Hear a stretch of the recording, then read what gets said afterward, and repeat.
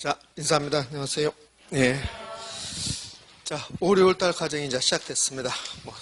소위 말해서 심화 과정 그러는데, 별거 없습니다. 똑같은 내용을, 3, 4월 했던 내용을 똑같은 내용을 하는데, 좀 더 깊은 내용을 할 뿐입니다. 그 다음에 쉬운 내용은 과감하게 생략하고, 이렇게 합니다. 자, 공부가 좀 되신 분들은 이렇게 해주셔야 돼요. 앞부분은 여러분이 잘해요. 그러니까 지금 오늘 총론하고 다음 주 경제론하고 이 부분 좀 잘한다고. 그러니까 그 부분만 자기가 아는 부분만 또 하고 이런다고. 택지만 계속 하고 있다고. 그러면 뒷부분은 전혀 공부가 안 돼버려요. 그럼 이제 쫓기다 보니까 불안해지고 그러니까 5월 달에는 수업하는 거 제가 수업하는 거 이거 앞부분은 수업하는 거 5월 달, 6월 달 수업하지 않습니까? 그러면 5월 달에 이제 앞부분 하겠잖아요. 6월 달에 뒷부분 할 거고. 그러니까 앞부분은 비교적 여러분이 잘 하시니까 물론 탄력성 나오면 지금도 많이 헷갈리지만 거의 멘붕 상태에 있는 사람도 있고 그러겠지만 그래도 앞부분은 좀 되니까 뒷부분을 공부하셔야 한다는 거. 그러니까 5월 달에 투자론을 나름대로 혼자 공부하셔야 돼. 그 다음에 감정평가론도 혼자 공부하셔야 되고. 근데 자주자주 이런 분들이 있습니다. 이 책도 보고 저 책도 보고 이 강의도 듣고 저 강의도 듣고 그렇게 한번 해보십시오. 그게 옳은 방법인가. 그러니까 꼭 제 강의를 들으란 말 잘 안 해요. 하고 싶은 거 들으면 돼요. 그러니까 여러분의 합격 방법 알려드리는데 무조건 하나만 하는 거예요. 하나만. 한 사람만.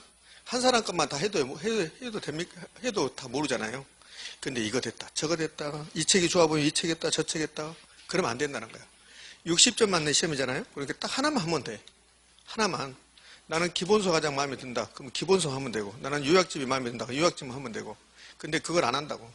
다 아는 것처럼 생각해요. 들을 때는 아니까. 들을 때 알면 문제를 맞춰야 되잖아요. 근데 못 맞추잖아요. 그 모르는 겁니다. 그런데 자기가 착각하는 거야. 들을 때 다 한 것처럼.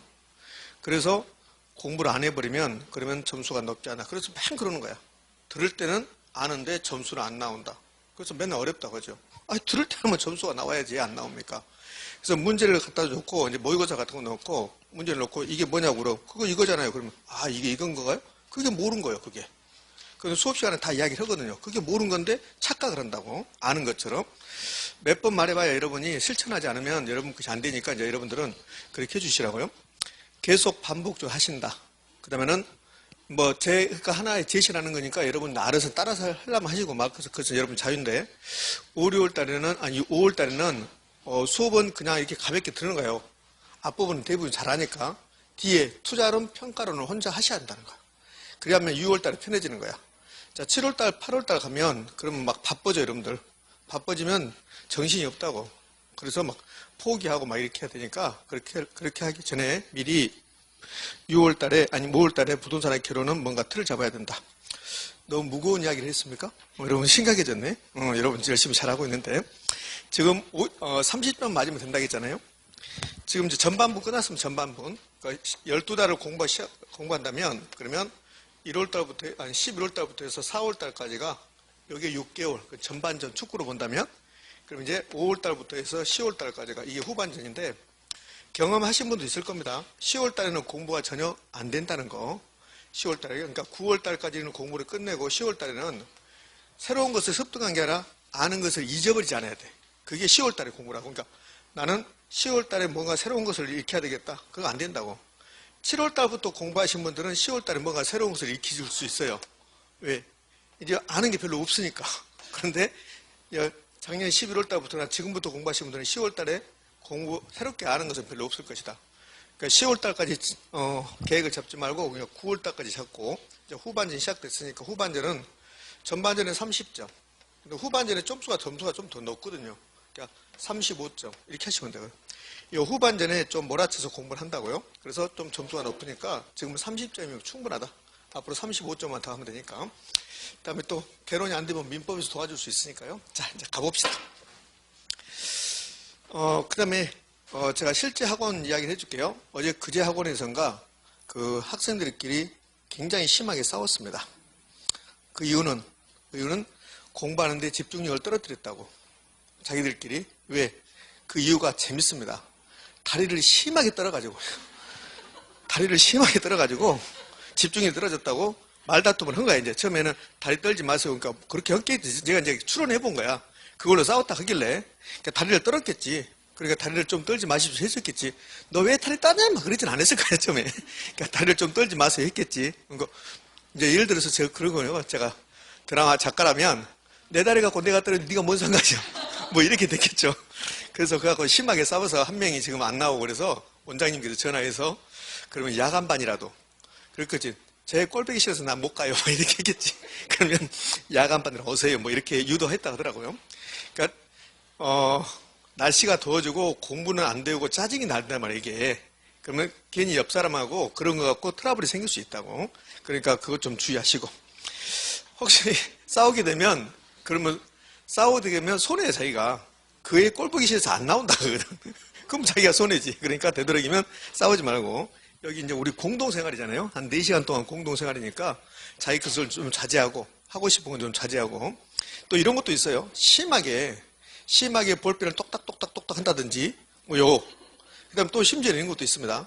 딱꼭딱꼭 대답한다고. 이제 제가 강사들이 물어보잖아요. 이거 맞잖아요? 그러면 미리 대답하시는 분들도 있어. 수업을 많이 듣다 보면 미리 대답한다고. 수업을 계속 많이 듣다 보면 이런 일이 발생한다니까요. 제가 물어보기 전에 미리 대답해버려. 그런 분도 있다고. 그걸 대답을 또 딱꼭딱꼭 한다고 또 싸우기도 하고. 그렇게도 합니다. 이런 거지. A라는 사람은 자기가 생각할 시간이 있어야 되는데, 근데 B라는 사람이 똑같이 대답해버린 거야. 그러니까 자기가 짜증나는 거지. 내가 생각해서 대답을 하는데, 그까기도 싸우기도 하고, 자, 이렇게 됩니다. 그래서, 되도록이면, 좀 상대방을 배려하는 마음, 그 다음에 자기 것 좀 내려주는 마음, 이렇게 해서 좀 싸우지 마시기 바랍니다. 우리 싸우면 서로 손해니까. 자, 공부 시작해 볼게요. 그 다음에 너무 부담감 갖지 말고, 점수는 제가 농담하는 게 아니라 시험은 딱 한 번만 잘 보면 돼. 10월 30일 날 한 번만 잘 보면 되니까 계속 하는 거야. 근데 스트레스 받는다고. 저 언니는 나는 아는 것 같아. 나는 모른다. 모의고사의 점수를 보면 나는 점수가 낮다.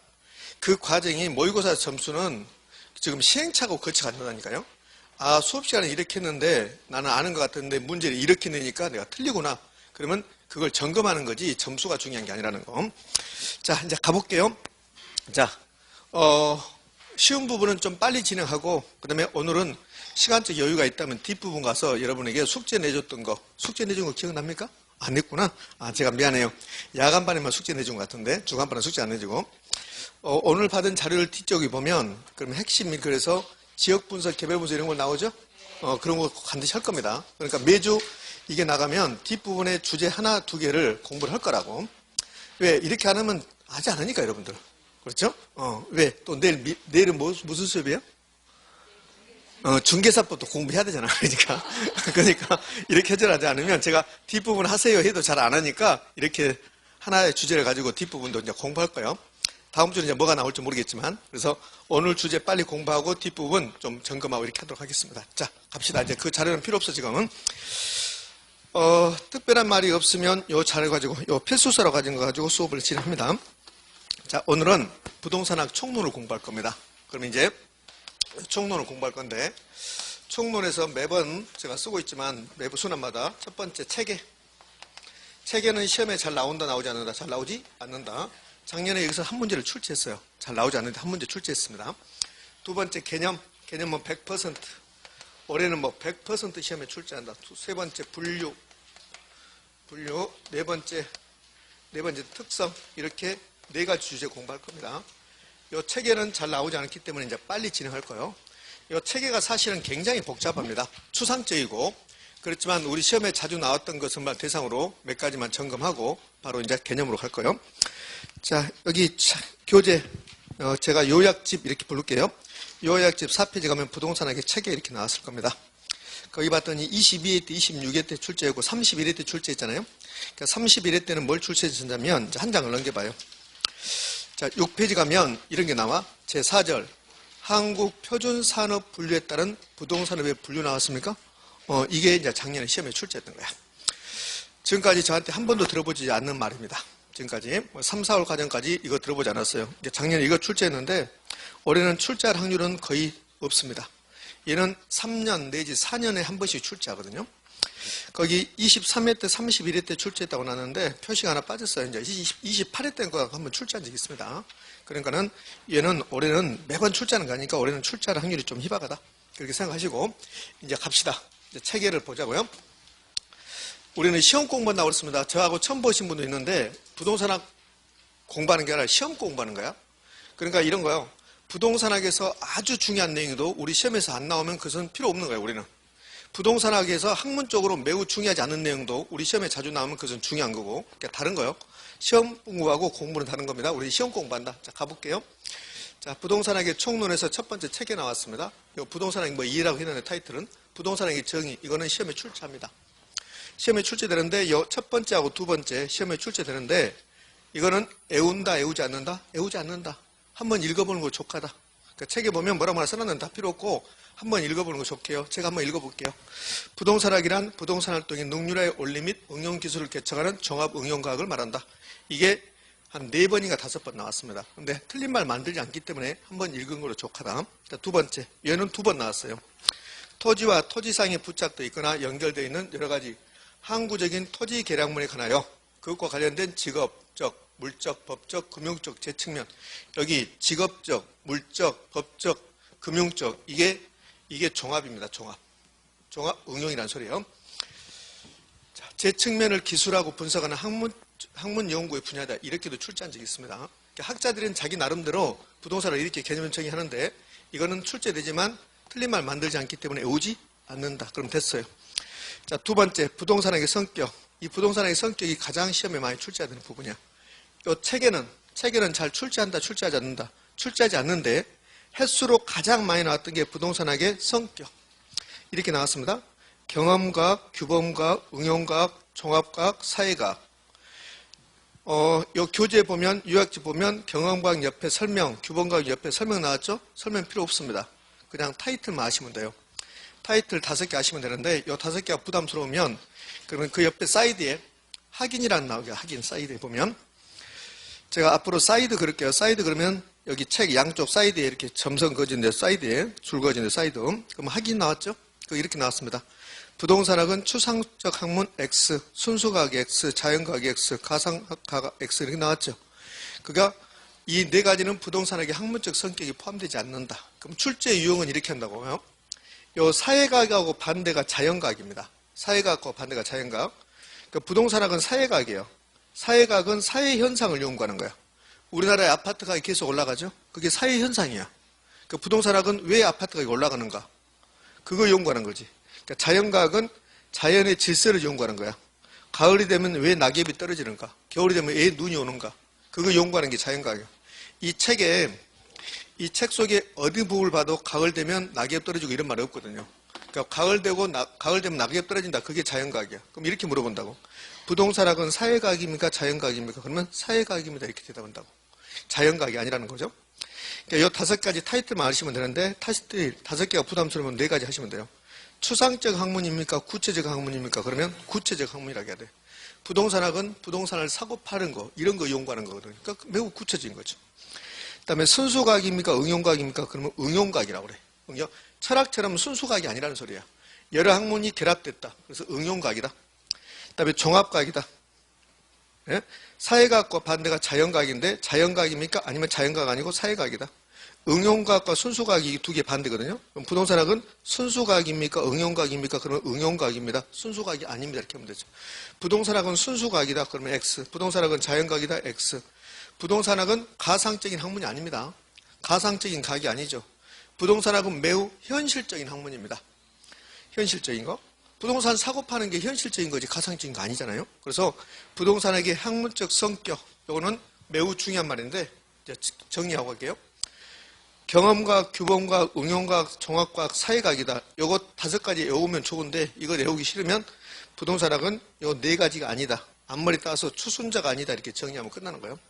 추가 추상적 학문, 순이 순수과학, 자가 자연과학, 가가 가상적 학문 아니다. 됐습니까? 네, 그럼 됐네. 자, 그럼 이제 부동산학에서 첫 번째 주제가 끝났습니다. 부동산학의 성격, 뭐가 아니다? 추순자가 아니다. 한 5, 6번 나왔습니다. 이거. 자, 두 번째 주로 갑니다. 거기 사이드에 참고라고 나와. 참고에 부동산학의 3대 측면, 복합 개념 이렇게 나왔습니다. 이 부동산학 또는 부동산의 3대 측면은 이런 겁니다. 우리 사람이 부동산 바라볼 때 3가지 측면을 바라본다는 소리예요. 이렇게 부동산이 있으면 이 부동산을 우리가 바라볼 때 여러 가지를 생각하는데 결국은 세 가지라는 소리잖아요. 법률적 측면, 이 토지의 용도죠. 이런 게 법률적 측면. 경제적 측면, 이 토지 가격, 건물의 가격. 기술적 측면은 토지의 면적, 그다음에 건물의 구조, 건물의 높이, 이런 것들이 기술적 측면. 그러니까 부동산학은 또는 부동산은 이 세 가지로 구성된다. 더 정확하게 표현하면 이렇게 되는 거예요. 우리가 부동산, 우리 인간이 부동산 바라볼 때 여러 가지 측면을 생각하는데 결국은 세 가지 측면을 생각한다는 소리야. 이렇게 법률적, 경제적, 기술적, 이 세 가지를 부동산의 3대 측면.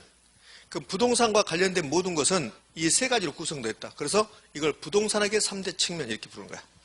그러면 시험은 25년 전으로 갑시다. 25년 전. 25년 전으로 가면 부동산학의 3대 측면으로 묶인 것은 그래. 25년 전은.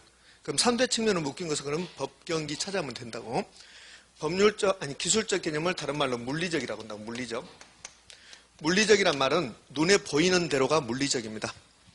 여러분이 저를 봤을 때 느끼는 게 있잖아요. 뭐 키는 크다 작다, 눈은 어떻다, 배는 어떻다, 뭐 코는 어떻다 이런 거. 코는 물론 안 보이지만 지금 마스크를 써서 그런 것이 이제 물리적, 기술적입니다.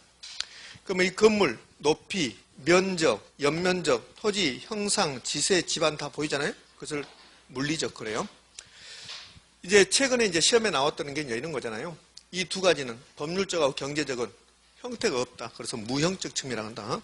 저의 경제적 측면이 뭘까요? 저의 경제적 측면은 나의 뭐 연봉이라든지 나의 재산이라든지 그게 경제적 측면이잖아요.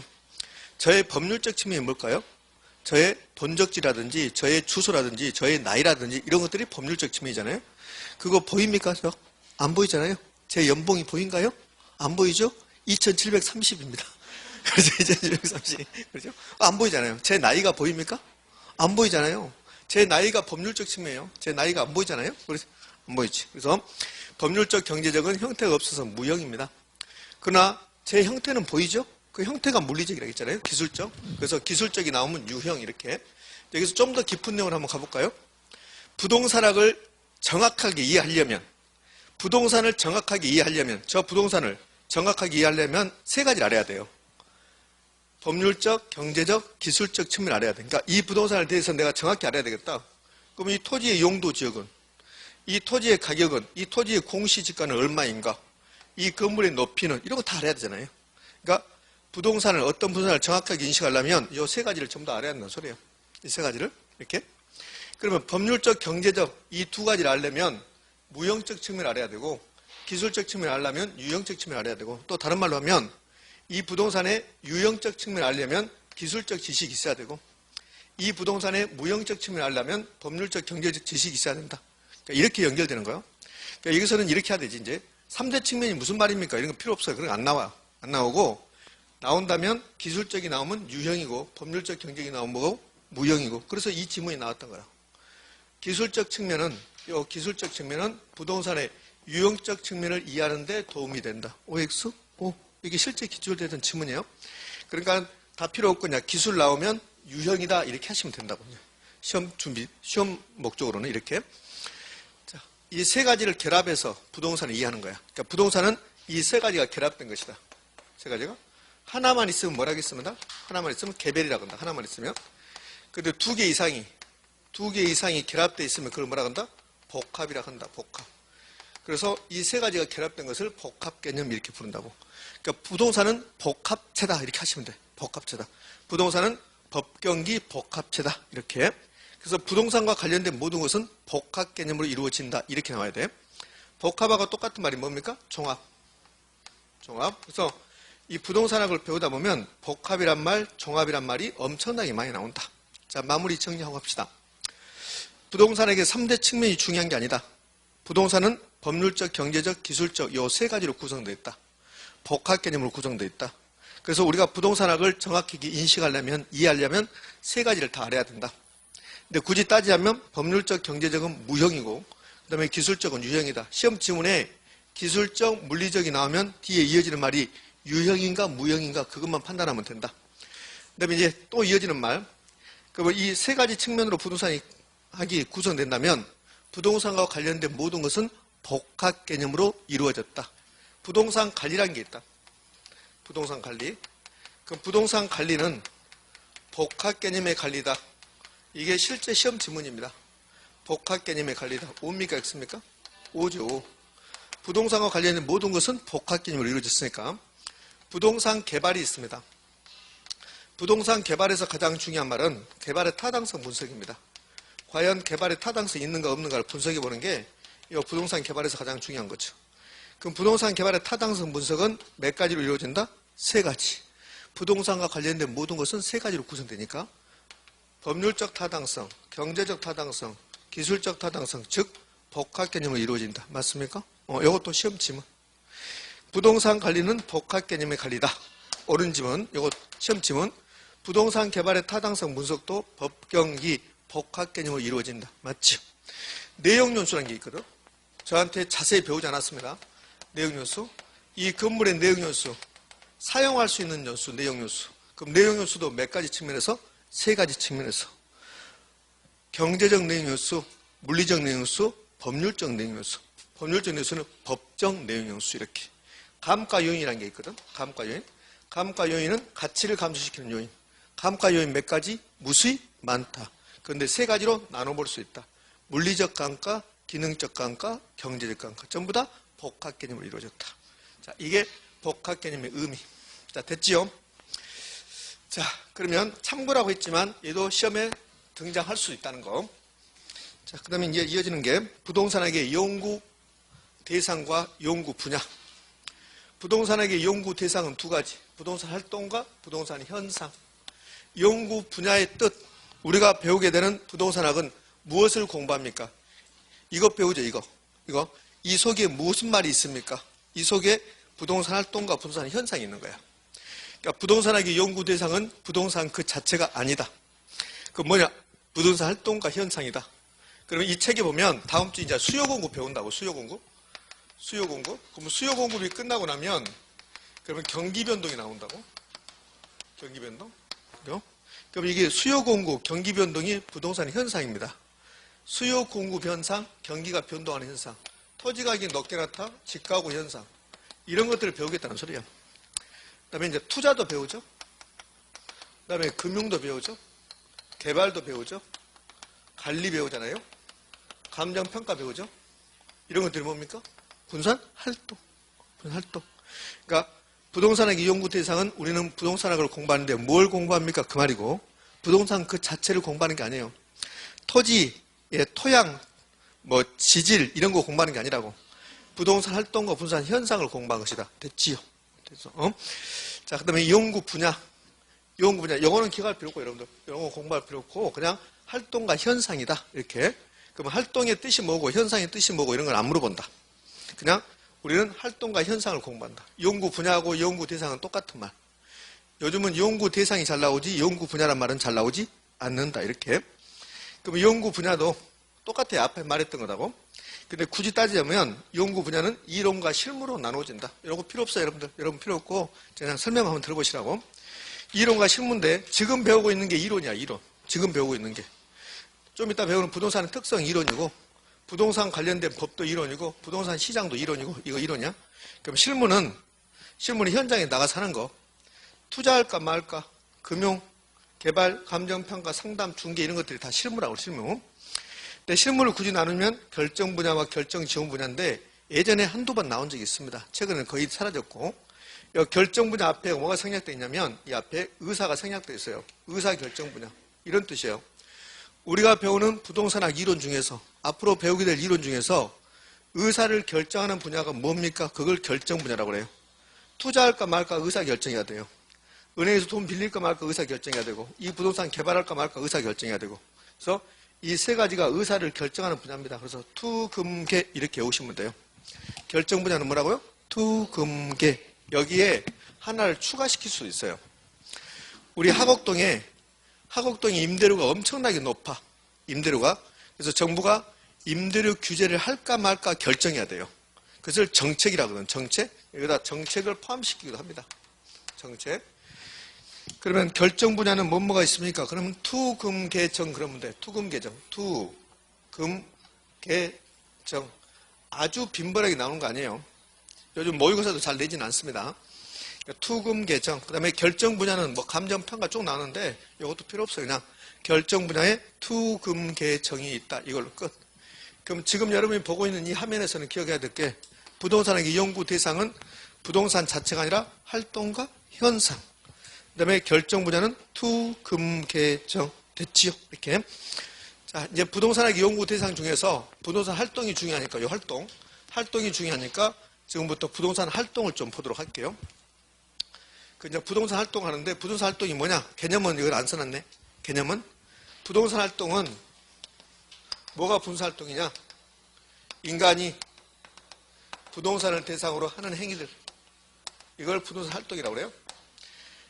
공인중개사가 부동산을 대상으로 중개 행위를 했습니다. 부동산 활동. 감정평가사가 부동산을 대상으로 감정평가를 행위를 했습니다. 그것도 부동산 활동. 다만 감정평가했으면 부동산 활동인데 감정평가 활동이라고 이렇게 부를 뿐이라고.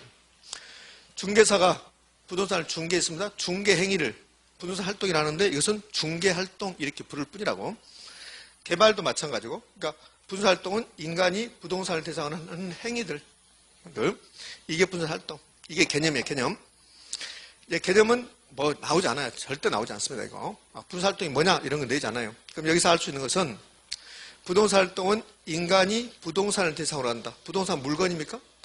물건이죠. 물건. 그럼 부동산 활동은 인간이 부동산이나 물건을 대상으로 한다. 그래서 대물 활동이다. 이렇게 한다고. 대물 활동이다. 대물 활동이다. 이 부동산, 지금 중개 행위를 한다. 부동산 사고 판다. 이게 다 부동산 활동이야. 그 부동산 활동은 사람하고 동물하고 하는 게 아니죠. 사람끼리 한다. 그래서 대인 활동이다. 이렇게.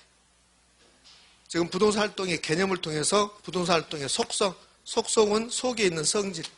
이건 뭐 특성 이렇게도 상관없어요. 특성에도 이렇게. 그러니까 부동산 활동은 대인 활동이면서 대물 활동이다. 이렇게. 한 2번 정도 출제했어요. 최근에 한 2번 정도 출제되는데 뭐라고 그랬냐면 부동산 활동은 부동산을 대상으로 하기 때문에 대물 활동이지 대인 활동은 아니다. 그럼 OX, X. 대인 활동이면서 대물 활동이다. 이게 부동산 활동의 개념이면서 이제 속성 하나 이야기했습니다. 주체. 부동산의 주체, 공적 주체, 사적 주체, 제3섹터. 뭐 외울 것도 없잖아요. 뭐 공적 주체는 정부가 있고 지자체가 있고 공사가 있다. 외울 거 아니잖아요.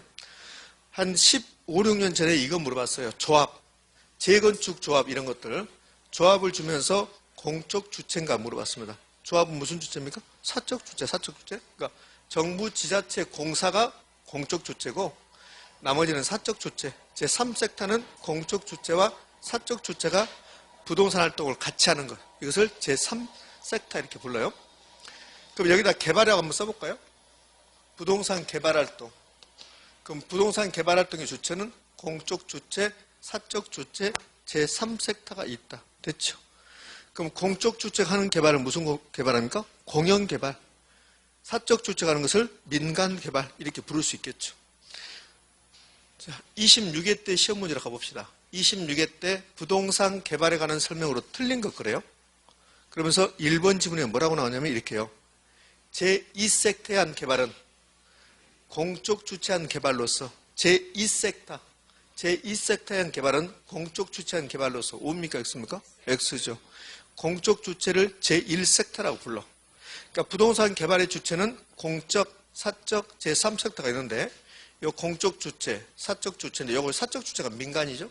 공적 주체를 제1섹터라고 부르고 사적 주체를 제2섹터, 제2섹터라고 부르고 제2 번째 부분이라는 소리예요, 이게. 그 다음에 제3섹터는 같이 하는 거예요, 이렇게. 그러니까 공적 주체가 제1섹터라는 것만 기억하시면 돼요. 그래서. 되셨죠? 이렇게. 네, 됐습니다, 이제. 자, 그러면 이제 부동산 활동에서 시험에 나올 수 있는 게 뭐가 나올 수 있냐면 이게 나올 수 있는 거죠. 그러니까 부동산 활동의 속성 이렇게 되지 않아요. 되지 않고 부동산 활동에 관한 설명이다. 옳은 거 틀린 거 그런다고. 그러면 부동산 활동에 관한 설명이다. 옳은 거 틀린 거 그렇게 나오면 공적 주체는 제1섹터다. 이렇게 줄 수 있잖아요. 시험 지문에. 됐지요? 그 다음에 부동산 활동이란 인간이 부동산을 대상하는 여러 가지 행위를 말한다. 이렇게 줄 수 있겠죠. 그 다음에 이제 이런 거 하나 주겠죠. 부동산 활동은 대인 활동이면서 대물 활동이다. 옳은 말. 자, 부동산 활동의 속성이 지금 10가지 나오는데 이거 외우는 게 아닙니다. 외우는 게 아니고 여기서 한 4가지만 기억하면 돼요. 윤리성하고 그다음에 대인 활동이면서 대물 활동하고, 그다음에 8번 장기적 고려하고, 그다음에 7번 임장 활동하고, 이제 9번까지 한번 해볼까요? 9번까지 이렇게 5가지 정도 이렇게 하시면 돼요. 다른 것은 필요 없는 거고. 그러면 부동산 활동은 윤리성이 있어야 한다. 이 말은 부동산 사고 파는 게 부동산 활동입니다. 저하고 여러분하고 부동산 사고 팔아요. 그럼 제가 여러분에게 사기치면 안 된다는 소리야. 그러니까 부동산 활동은 윤리적으로 해라는 소리. 윤리적으로. 그게 윤리성입니다. 윤리적으로 해라. 그러면 부동산과 관련된 모든 것은 윤리적으로 할 필요가 있어요. 사고 파는 사람들도 윤리성이 있어야 되고, 중개업자도 윤리적으로 해야 되고, 감정평가사도 윤리적으로 해야 되고, 이렇게. 그러니까 부동산 관련 모든 것은 윤리적으로 해야 됩니다. 그게 윤리성이에요. 윤리성. 시험은 이렇게 출제하잖아요. 거래 당사자끼리는 윤리적으로 할 필요가 있으나 부동산 업자는 윤리성이 요구되지 않는다. 뭡니까? X입니까? X예요. 그렇게 생각할 필요 없어. 그냥 모든 것은 윤리적으로 해야 된다. 이렇게. 그냥 어떤 학문에서 부동산학 아니고 뭐 경제학이고 모든 학문에서 어떤 행동할 때 윤리적으로 할 필요 없습니다. 이런 말은 나오지도 않죠. 그러니까 무조건 윤리적으로 해야 돼. 그러니까 이거는 쟁점이 안 된다고. 어떨 때는 윤리적이고 어떨 때는 반윤리적 이런 거 필요 없잖아요. 모든 건 다 윤리적으로 해야 된다. 그러니까 윤리성인 모든 사람에게 요구된다 그러면 돼요. 그럼 봐요. 부동산 업자끼리도 윤리가 요구되고, 부동산 업자와 의뢰인하고 윤리가 요구되고, 부동산 거래하는 사람끼리도 윤리가 요구되고, 그다음에 부동산 업자와 종업원, 그러니까 대표하고 부동산 중개사무실이라면 대표하고 소속 공인중개사도 윤리가 있어야 되고, 전부 다 윤리가 있어야 되니까 그걸 외울 필요 없어요. 중개사끼리도 윤리가 있어야 된다. 뭐 이렇게 외울 필요 없죠. 그냥 다 윤리적이어야 된다. 그러면 되니까. 그다음에 부동산 활동은 반드시 현장에 임해야 돼요. 그것을 임장 활동이라고 한다. 왜? 부동산은 못 움직이니까 부동성 때문에. 이게 시험에 나오면 부동산 활동은 임장 활동이 필요 없다 이렇게 안 내겠죠. 부동산 활동은 임장 활동이 성격을 갖는데 왜 그럽니까?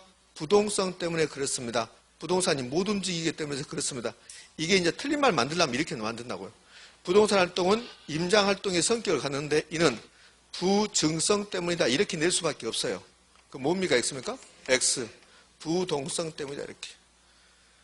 지금은 대답 안 해도 돼요. 투자론 할 때나 그렇게 열심히 좀 해줘봐. 투자론 할 때나 좀 대답해주고, 투자론 할 때는 뭐 하자는 거야? 이렇게 하고. 오늘 집에 가서 이거 복습한다 안 한다? 하지 마. 하지 말고 투자론이나 해. 투자론. 오늘 집에 가서 포트폴리오 하고 합계 시험 같이 하고 요 2가지 하시라고. 제발 좀. 이렇게. 제발 좀 내년에는 여기서 보지 말게. 그치? 자, 그다음에 부동산 활동은 앞으로 부동산이 어떻게 될 것인가, 주변지역이 어떻게 될 것인가, 장기적으로 잘 생각하라. 요 고려가 생각이야. 이 고려를 다른 말로 배려라고, 배려. 장기적 고려, 장기적 배려. 토지의 수명이 하루밖에 안 된다. 건물의 수명이 하루밖에 안 된다. 그러면 토지, 건물 관련해서 무슨 장기적으로 고려할 필요도 없어요. 그냥 하루로 끝나니까. 근데 토지의 수명이 영속성이나 특성을 가지고 있기 때문에 부동산 관련 모든 것은 장기적으로 신중하게 하십시오. 이것을 장기적 고려 이렇게 하는 거예요. 자, 그 다음에 복합 개념은 너무나 당연한 거죠. 부동산은 전부 다 법경기, 복합 개념으로 이루어졌으니까 부동산 활동할 때도 법률적, 경제적, 기술적 다 따져봐라. 그게 복합 개념이에요. 필요 없는 거죠. 그 다음에 공간 활동인데 좀 있으면 배워요. 토지는 부동산입니까? 아닙니까? 부동산이죠. 부동산. 공부 오래 하다 보면 토지가 부동산이냐고 물어보면 아니라고 해버려. 공부 오래 하다 보면. 그렇지? 토지가 부동산인가? 부동산이야. 그런데 공부를 너무 많이 하다 보면 토지가 부동산입니까? 그러면 아닌데요. 그럼 뭐가 부동산이야? 그러면 법경기가 부동산인데요? 이렇게 한다고 이렇게. 이렇게. 자, 여기 토지입니다. 네, 이 짚으면 사람이 걸어다니고 자동차가 지나다니는 것, 이것을 수평공간이라고 그래요. 여기 공중공간이라고 하고 지하공간이라고 그래요. 전부 다 토지거든. 그럼 토지는 수평공간, 공중공간, 지하공간 이 세 개를 결합한 게 토지입니다. 그럼 부동산 활동은 수평공간에 대한 활동이 아니고 수평공간에 대한 활동, 공중공간에 대한 활동, 지하공간의 활동 이거 전부 다 합친 거라고. 그 부동산 활동은 공간 활동이다. OX? O. 부동산은 공간 덩어리야. 그러니까 부동산과 관련된 모든 것은 공간에 대한 것이 되는 거야.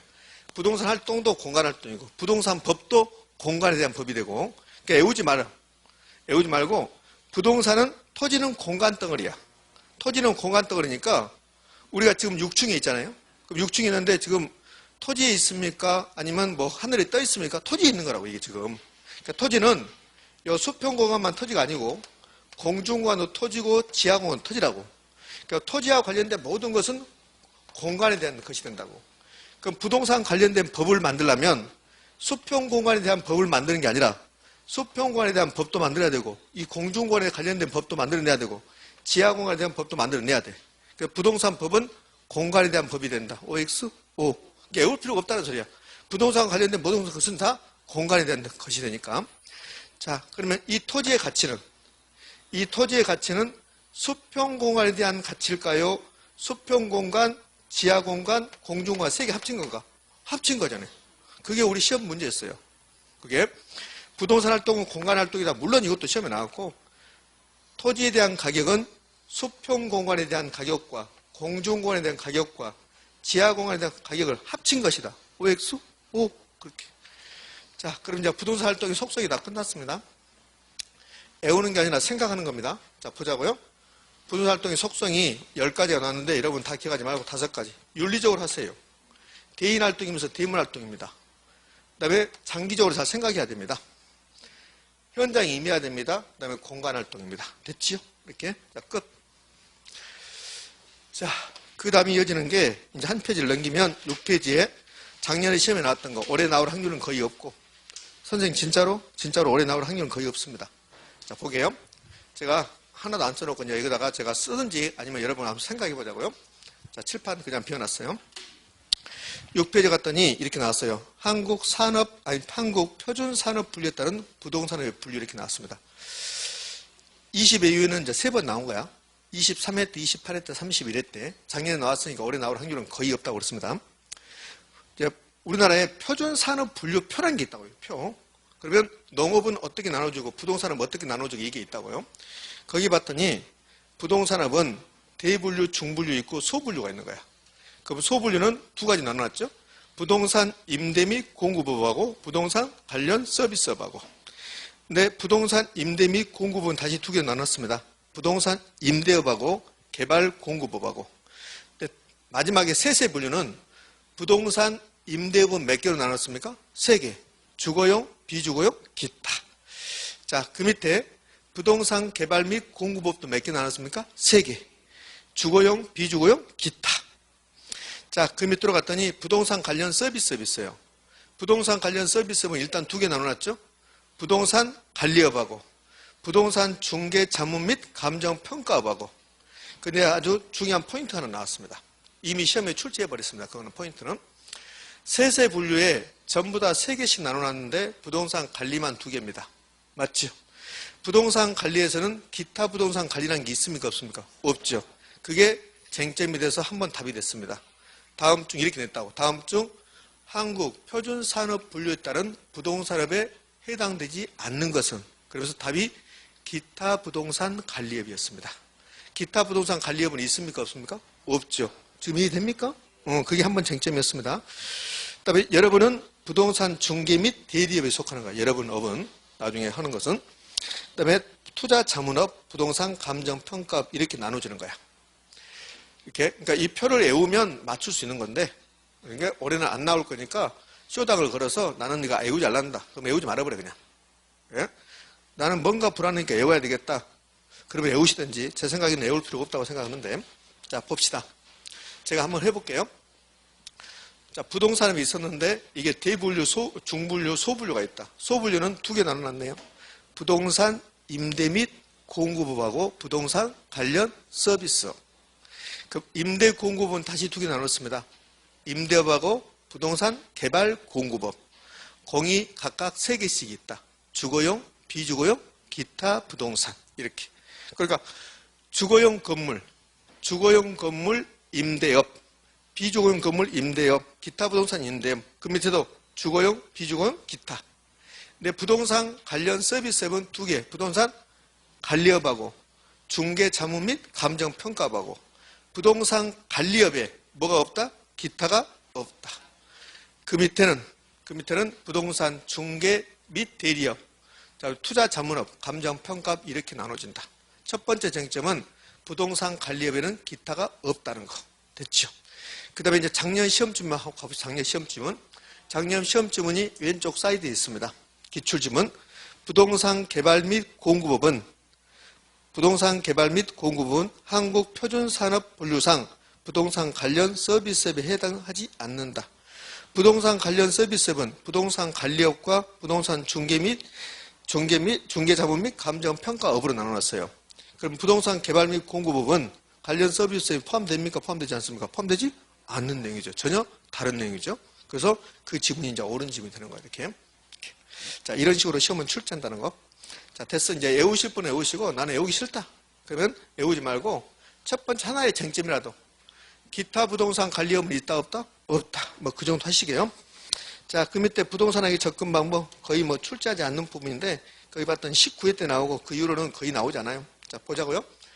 여기 부동산학의 접근 방법은 얘는 단독문제 나올 일이 전혀 없습니다. 단독문제 전혀 나올 일이 없고 이게 이제 이건 4가지나 있는 4가지 말고 다른 것도 있어요. 한 7, 8가지 되는데 시험에 나온다면 아마 이 2가지에서 나올 확률이 높죠. 이 2가지 있을게요.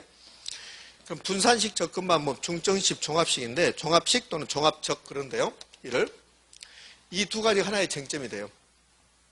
왜 쟁점이 되냐면 중점식 접근 방법, 종합식 접근 방법 이거는 공부 방법이에요. 우리 부동산의 공부 방법. 우리는 공부를 어떻게 하고 있습니까? 여러분하고 저하고 부동산하고 어떻게 해요? 대충 공부하고 있잖아요. 대충. 우리 대충식이다. 뭐 농담하는 거고. 그러니까 접근 방법이라는 게 공부 방법이에요. 그럼 접근 방법은 공부 방법인데 이 중점식하고 종합식에 공통점이 있습니다. 법경기가 나와요. 법경기. 종합식이든 중점식이든 법경기 나온다고요. 법률적, 경제적, 기술적.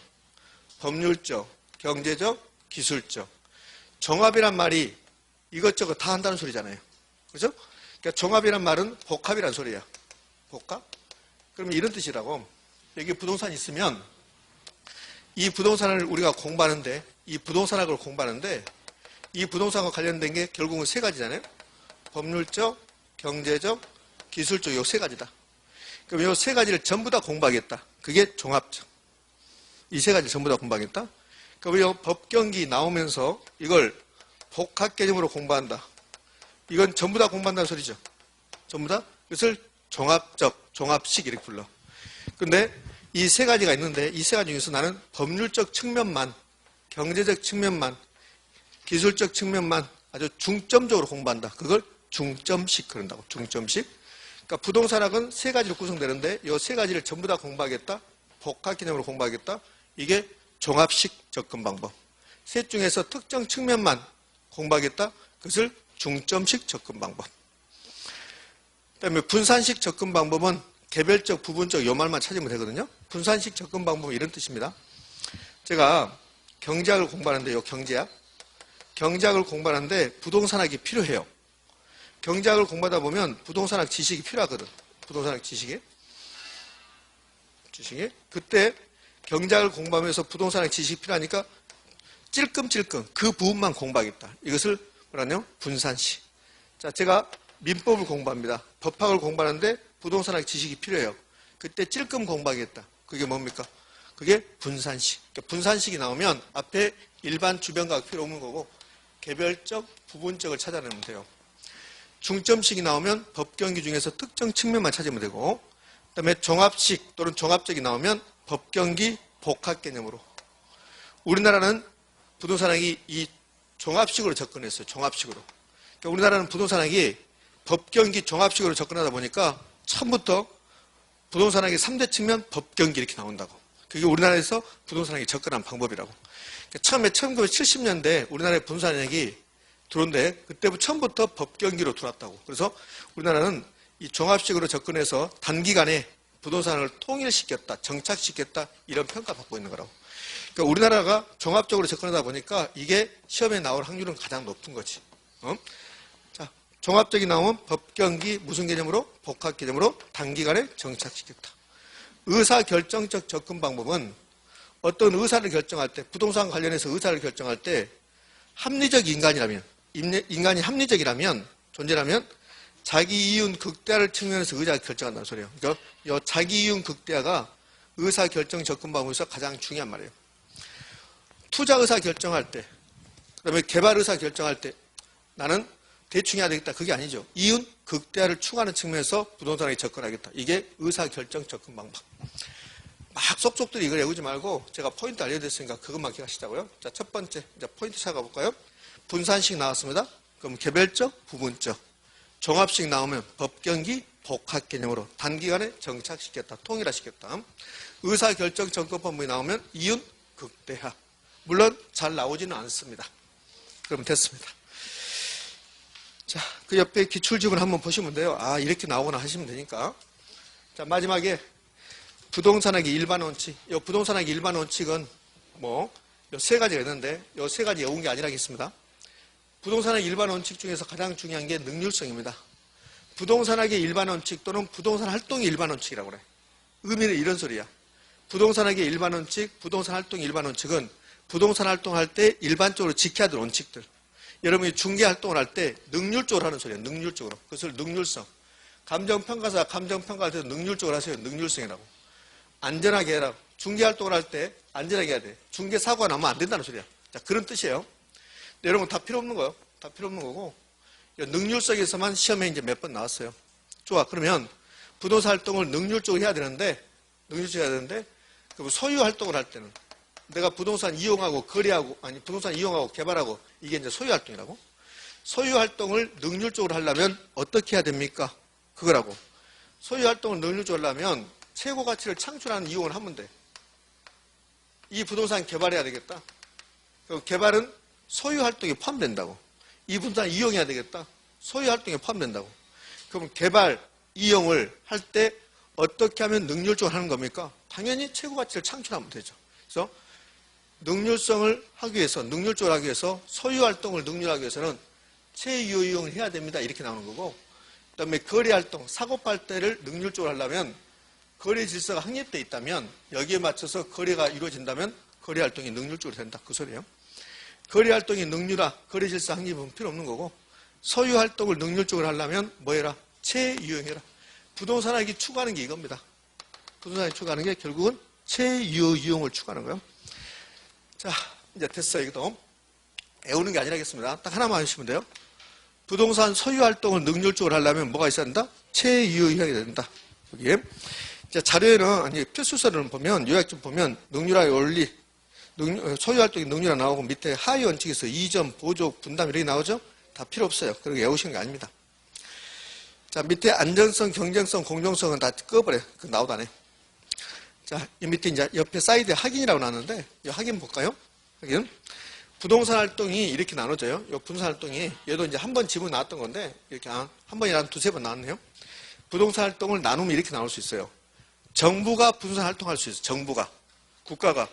그럼 국가가 신도시 개발한다. 이게 정부가 부동산 활동하는 거라고? 그럼 정부 부분이 있다고. 부동산 활동이. 정부가 하는 부분이 있고, 여러분과 저처럼 민간이 하는 부분이 있어요. 민간이 이렇게. 이렇게. 그러니까 부동산 활동은 정부 부분이 있고 민간 부분이 있다는 거예요. 그러면 부동산 활동은 민간만 봐보자. 민간만. 여러분과 제가 하는 활동이 민간 활동입니다. 그 민간만 보면 이 민간은 우리 모두 골고루 잘 삽시다. 이게 형평성이에요. 형평성. 그러면 형평성을 추구할 건지 민간은 효율성을 추구할 건지 둘 중에 어떤 걸 추구할 것 같아요? 효율성을 추구하지. 효율성. 효율성이란 말은 최소의 비용을 투입해서 최대의 효과를 얻는 거니까. 그러니까 이 정부는 골고루 잘 삽시다. 형평성을 추구하는 측면이 강해요. 근데 민간은 형평성을 추구하는 게 아니라 뭘 추구한다?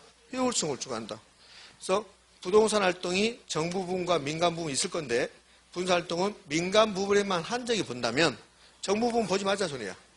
한정이 본다면 그러면 형평성보다는 뭘 추구한다? 효율성을 중시하게 된다. 이게 이제 시험에 나왔던 겁니다. 이렇게 두세 번. 자, 이렇게 해서 부동산학의 체계 부분은 이제 정리하도록 합시다. 자, 넘기면 그럼 8페이지에 뭐가 나왔습니까? 부동산의 개념입니다. 개념. 자, 개념부터는 정확히 10분만 쉬었다. 이사치.